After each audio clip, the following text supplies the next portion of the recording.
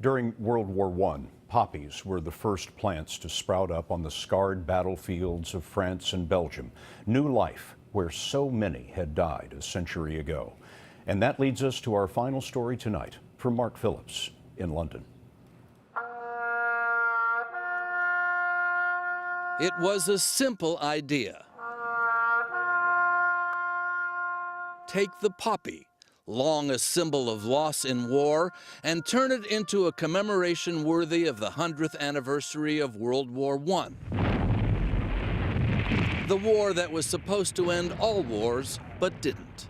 And so for each British and Empire soldier who died in that war, a ceramic poppy has been planted in what used to be the moat of the ancient Tower of London.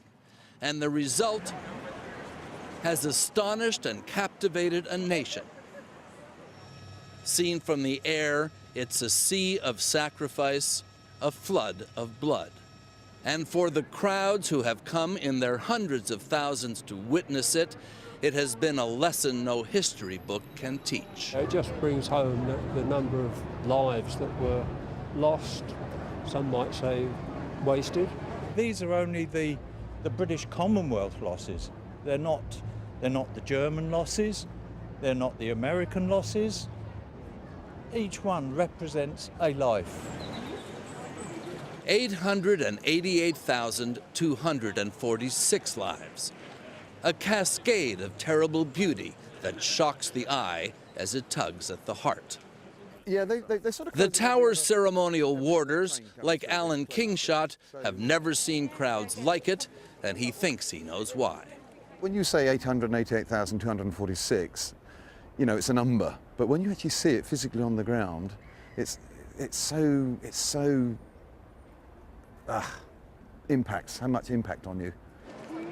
More impact even than the display's creator, theatrical set designer Tom Piper, imagined. It was never for me intended to be an illustration of war or the horrors of war. It's about commemoration, and it's about the beauty of human life and the fragility of human life.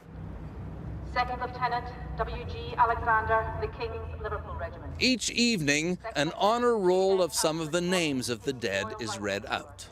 Private C.D. Benson, Royal Fusiliers. And the last post is played. And 100 years later, a nation keeps its promise to remember them. Mark Phillips, CBS News, London.